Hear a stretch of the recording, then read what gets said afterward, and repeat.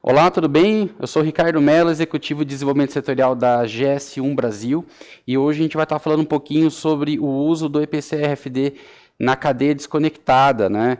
Mas antes de a gente começar, queria agradecer a VDI Brasil pela oportunidade de estar participando e compartilhando um pouco de conteúdo com vocês no 12º dia da engenharia, né? A GS1 Brasil, ela faz parte da GS1 Global, ela é uma entidade sem fins lucrativos, presente aí em mais de 150 países, com atuação direta em mais de 115 países, né? E ela tem o papel principal de criar e administrar padrões que são utilizados na cadeia de suprimentos, né? Hoje a GS1 no Brasil conta com 58 mil associados, mais de 1,5 milhão de associados no mundo, né? Isso, 31% das empresas que geram PIB do Brasil acabam sendo associadas à GS1 para poder utilizar esses padrões que são empregados na cadeia de suprimentos, né? Um papel da GS1, então, é justamente criar padrões, né? Que padrões são esses, né? O primeiro, mais simples de todos, é o que a gente chama do famoso código de barras, né? É o que a gente vê nos produtos, a gente vê no supermercado, aquele número de 13 dígitos que é bipado ali no caixa, né? Mas esses padrões da GS1, eles começam pelo que a gente chama da identificação do produto, então eu tenho RGs, eu tenho maneiras de identificar meu produto de maneira única na cadeia de suprimentos como um todo, não só produtos, eu posso unidades logísticas, pessoas, serviços, tudo isso pode ter um código, um formato único de identificação. Também faz parte dos padrões GS1 os métodos de captura dessas informações, e talvez essa seja o mais conhecido. E o código de barras, obviamente, está aí há 40 anos praticamente, né? É o que é mais utilizado pelo mercado, né? Mas a gente vai desde os códigos lineares, que é o que a gente está acostumado, até um data matrix, um QR Code, e também as etiquetas eletrônicas, né? O RFD, que tanto se fala. A GS1 também, ela tem os padrões para troca de mensageria, né? Como que eu conecto as empresas nesse ambiente cada vez mais globalizado e digital, né?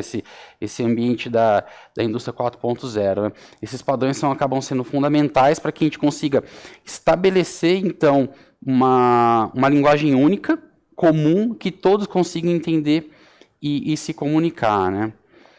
Antes de entrar no assunto, no tópico mesmo do que a gente vai discutir hoje, é importante fazer um alinhamento, o que é identificação e o que é dado variável, né, e como que isso impacta na cadeia de suprimentos, né. Eu tenho um produto, eu tenho eventualmente uma ficha técnica dele, e eu tenho dados que chamam de dados fixos. O que são esses dados fixos? São aqueles dados, obviamente, que não mudam, mas é a marca do produto, é um peso, é o peso dele que não muda, uma dimensão, alguma característica que não varia com o tempo, né? Isso é um dado fixo. Mas para todos os produtos dado fixo, o processo produtivo, a cadeia de suprimentos, ele acaba precisando, sendo necessário um conjunto de dados que a gente chama de dados variáveis, né? E esses dados alimentam processos produtivos, a processos logísticos, né? O que é um dado variável? Uma data de validade, uma data de fabricação, um lote, um número de série desse produto. Todos esses são informações que a gente chama de dados variáveis, né? E esses dados podem, então, caminhar junto com o produto durante a vida dele, pode caminhar desde o nascimento do processo produtivo até o seu consumo pelo consumidor final. Aqui a gente traz dois exemplos, o primeiro com medicamentos, né? Hoje, processos, principalmente de medicamentos, são extremamente regulados. Existem processos de rastreabilidade super rígidos, né, que estão associados a isso. E como que eu implemento um processo de rastreabilidade? Além do dado fixo, qual que é o medicamento, qual que é o princípio ativo, a forma dele que não muda, eu tenho justamente esses dados variáveis, que é um lote, uma data de validade, por exemplo, e hoje, especialmente falando de Brasil, mas alguns outros países já estão fazendo isso, é o número de série daquele medicamento. Então, com esse dado, essa identificação unitária, item a item, eu consigo implementar um processo de rastreabilidade. Outro exemplo que a gente tem são as frutas, legumes e verduras, que também já estão começando a ter esses processos, estão começando a ter um processo de rastreabilidade, tanto a indústria, a cadeia, mas como o próprio consumidor cada vez se interessa mais por isso, então é importante. E essas informações, então, elas estão todas codificadas, vamos falar assim, caminhando junto com o produto. E isso, então, é usado por toda a cadeia de suprimento há muito tempo, não precisa ser uma cadeia 4.0, uma cadeia conectada, mas são informações que permitem tomadas de decisões, melhorias, ganhos de eficiência, evitar perdas e tudo mais. Nesse mundo hoje, que a gente fala tanto de uma cadeia 4.0, uma cadeia conectada, uma cadeia ideal, vamos falar assim, né? Todas essas informações são trocadas de uma maneira digital. Não chega a ser importante, tão importante que isso esteja junto com o item necessariamente, desde que eu tenha uma identificação única dele, que me permita recuperar essas informações num banco de dados, por exemplo, em nuvem e tudo mais, né? Eu, como processo produtivo, a cada etapa de produção, eu consigo alimentar esse banco, aí depois eu tenho um processo de logística, por exemplo, eu consigo, através da identificação única, capturar do que se trata, com o que eu estou lidando e como eu tenho que lidar com isso, né? Alimentar Big Data, Machine Learning, uma série de tecnologias que estão crescendo em volta desse volume de dados e chegando até o consumidor final. Mas a gente não está, vamos falar assim, né, não chegamos nessa cadeia ou nesse cenário que é ideal, vamos falar, ótimo. Acho que talvez esse seja o melhor termo, né? A gente ainda não chegou no cenário ótimo. A gente tem um mundo muito heterogêneo, a gente tem uma cadeia de suprimentos muito heterogênea.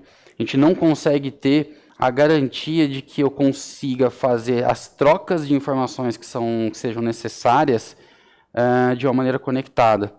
Eu tenho, por exemplo, algum tipo de produção no agro, por exemplo, às vezes no campo eu não tenho uma informação, uma conexão que me permita atualizar em tempo real, eu preciso descobrir o que eu vou lidar só no momento que eu cheguei.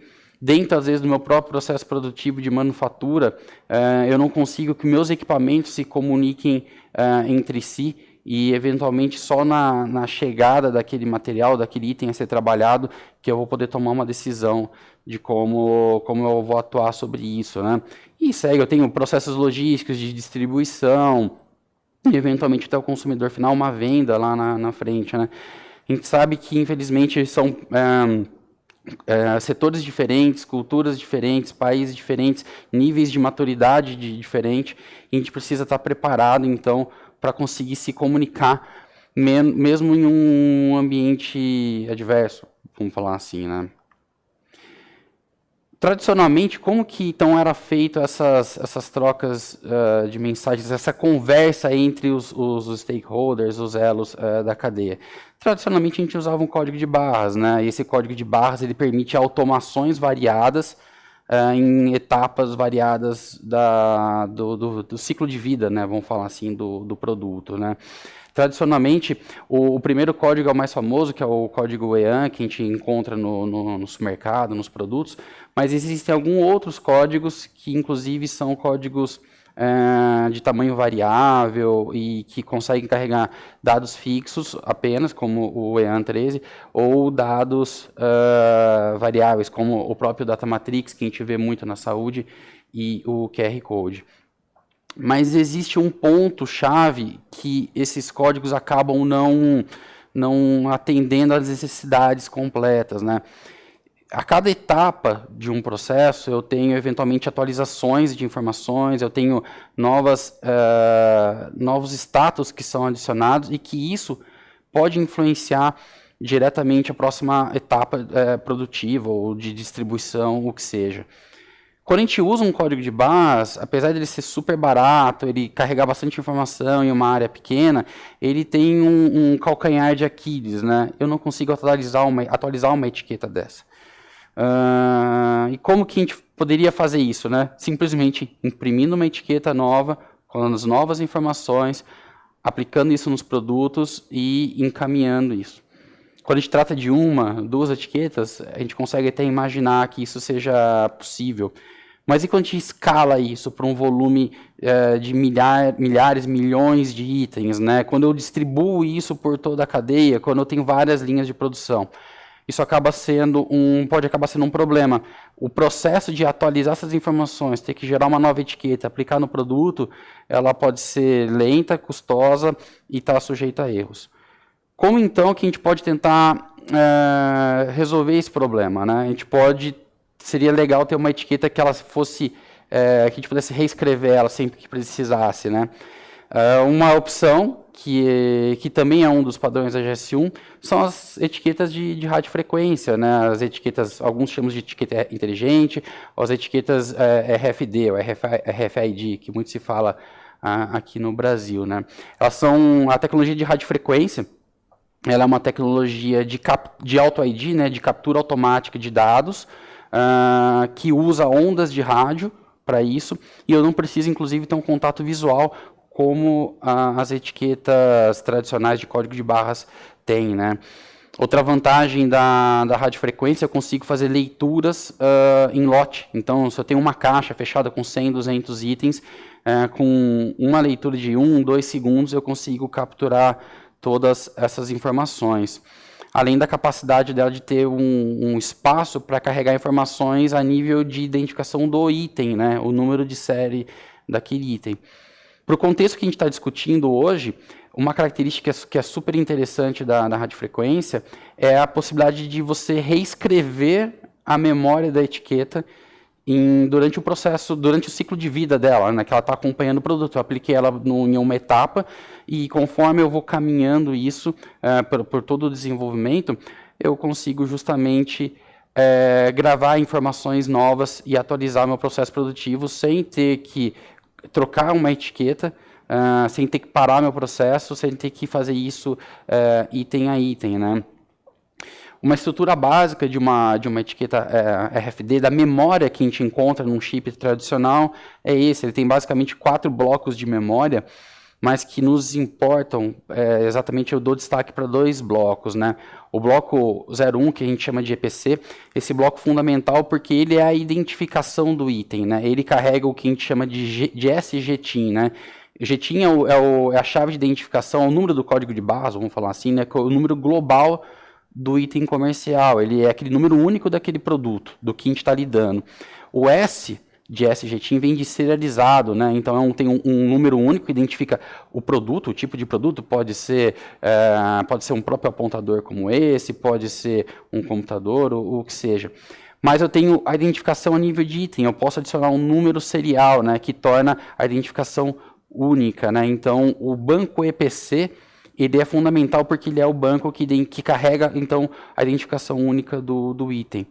Mas, então, como que eu consigo carregar alguma informação específica daquela etapa daquele processo produtivo? É justamente no campo de memória do usuário, né? Esse campo de memória é como se fosse entre aspas, uma página em branco, onde eu posso colocar informações à medida que elas sejam importantes para o meu processo, sejam necessárias, né? Essas informações. E eu consigo, então, atualizar, apagar, escrever ou reescrever o que está ali dentro a cada nova etapa, sem ter que tirar uma etiqueta e colocar uma outra etiqueta, e isso a nível de item, né? O que é importante? Já que eu sou uma empresa que eu preciso trocar informações e uso como meio o meu item, ele caminha e dentro dele vai a informação, eu não tenho mais essa possibilidade de trocá-la de uma maneira digital, o uso de padrões é fundamental para isso. Os padrões permitem que eu consiga implementar uma língua única, universal, que possa ser entendida por todos na cadeia, no processo, no ciclo de vida daquele produto, e todos consigam se comunicar e se entender sem, entre aspas, a ajuda do elo anterior. Então, eu recebi uma informação, recebi aquele produto, eu vou olhar para ele, eu sei o que significa isso. E como que eu sei? Através de uma língua única, de um padrão único, que é justamente o papel da GS1 no mundo, definir esses padrões únicos para que as empresas, né, possam se comunicar.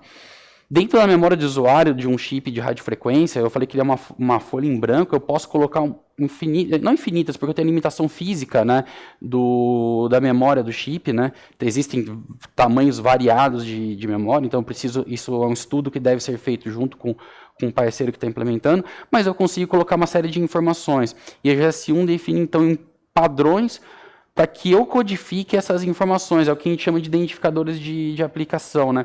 Então, por exemplo, se eu quero colocar qual que é a próxima etapa produtiva para um destino, para onde eu tenho que enviar isso, se eu sou um distribuidor, se eu sou qual que é a próxima linha de produção, eu preciso colocar um lote, eu preciso colocar uma característica de personalização que deve ser adicionada a esse item, como que eu codifico essa informação de uma maneira que eu possa ter a certeza que o meu parceiro, o próximo stakeholder, o próximo elo, vá conseguir entender. Então, existe uma relação de mais de uma centena de tipos de informações, de modelos de codificação de informações, seguindo um padrão global que eu posso adotar e gravar dentro do meu chip. E assim atingir a tal da comunicação em uma cadeia de suprimentos que ela é desconectada, né?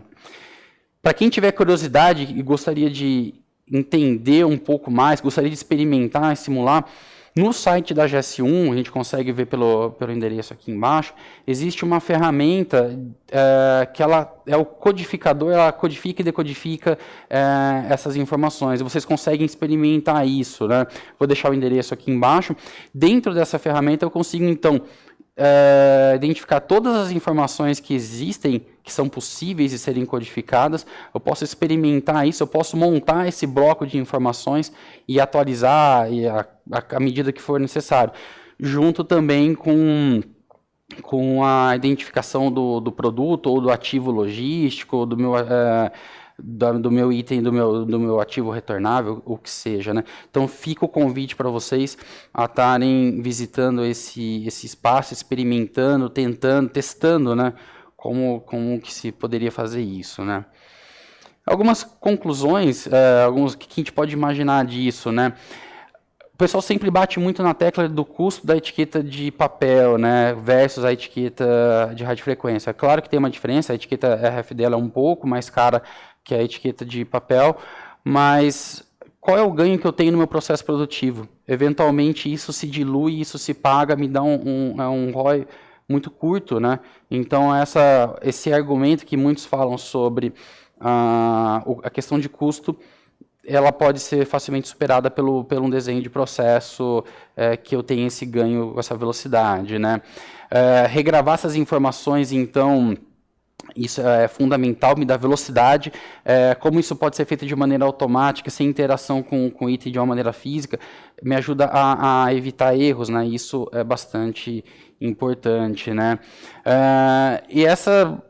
Que justamente a etiqueta de RFD, ela permite uma automação sem uma interação humana. Eu consigo fazer uma conferência, eu consigo fazer um inventário, eu consigo fazer uma atualização em tempo real de tudo que está acontecendo, né? Que eventualmente na etiqueta de papel demandaria uma ação humana de ir lá, bipar um código de barras, e isso não me traz em tempo real tudo que está disponível. Existe uma infinidade de possibilidades com a aplicação da tecnologia de radiofrequência, né? A radiofrequência que foi um dos primórdios do IoT, justamente ela talvez seja a maneira mais barata de tornar um item não conectado, conectado, né? Justamente eu consigo fazer com que esse item se comunique através dessas trocas. É isso aí, então, pessoal. Espero que tenham gostado, que tenha conseguido trocar um pouco de informações com vocês, chamar a atenção, mostrar que existe essa possibilidade e que vocês, caso identifiquem ou achem que isso seja aplicável ao processo de vocês, fica aqui uma sugestão, um conteúdo para vocês discutirem internamente e entender um pouco mais e ver como isso se aplica à empresa. E se precisarem de mim, estou à disposição. Vai ser um prazer poder conversar com quem tiver interesse. Um grande abraço, obrigado, tchau, tchau.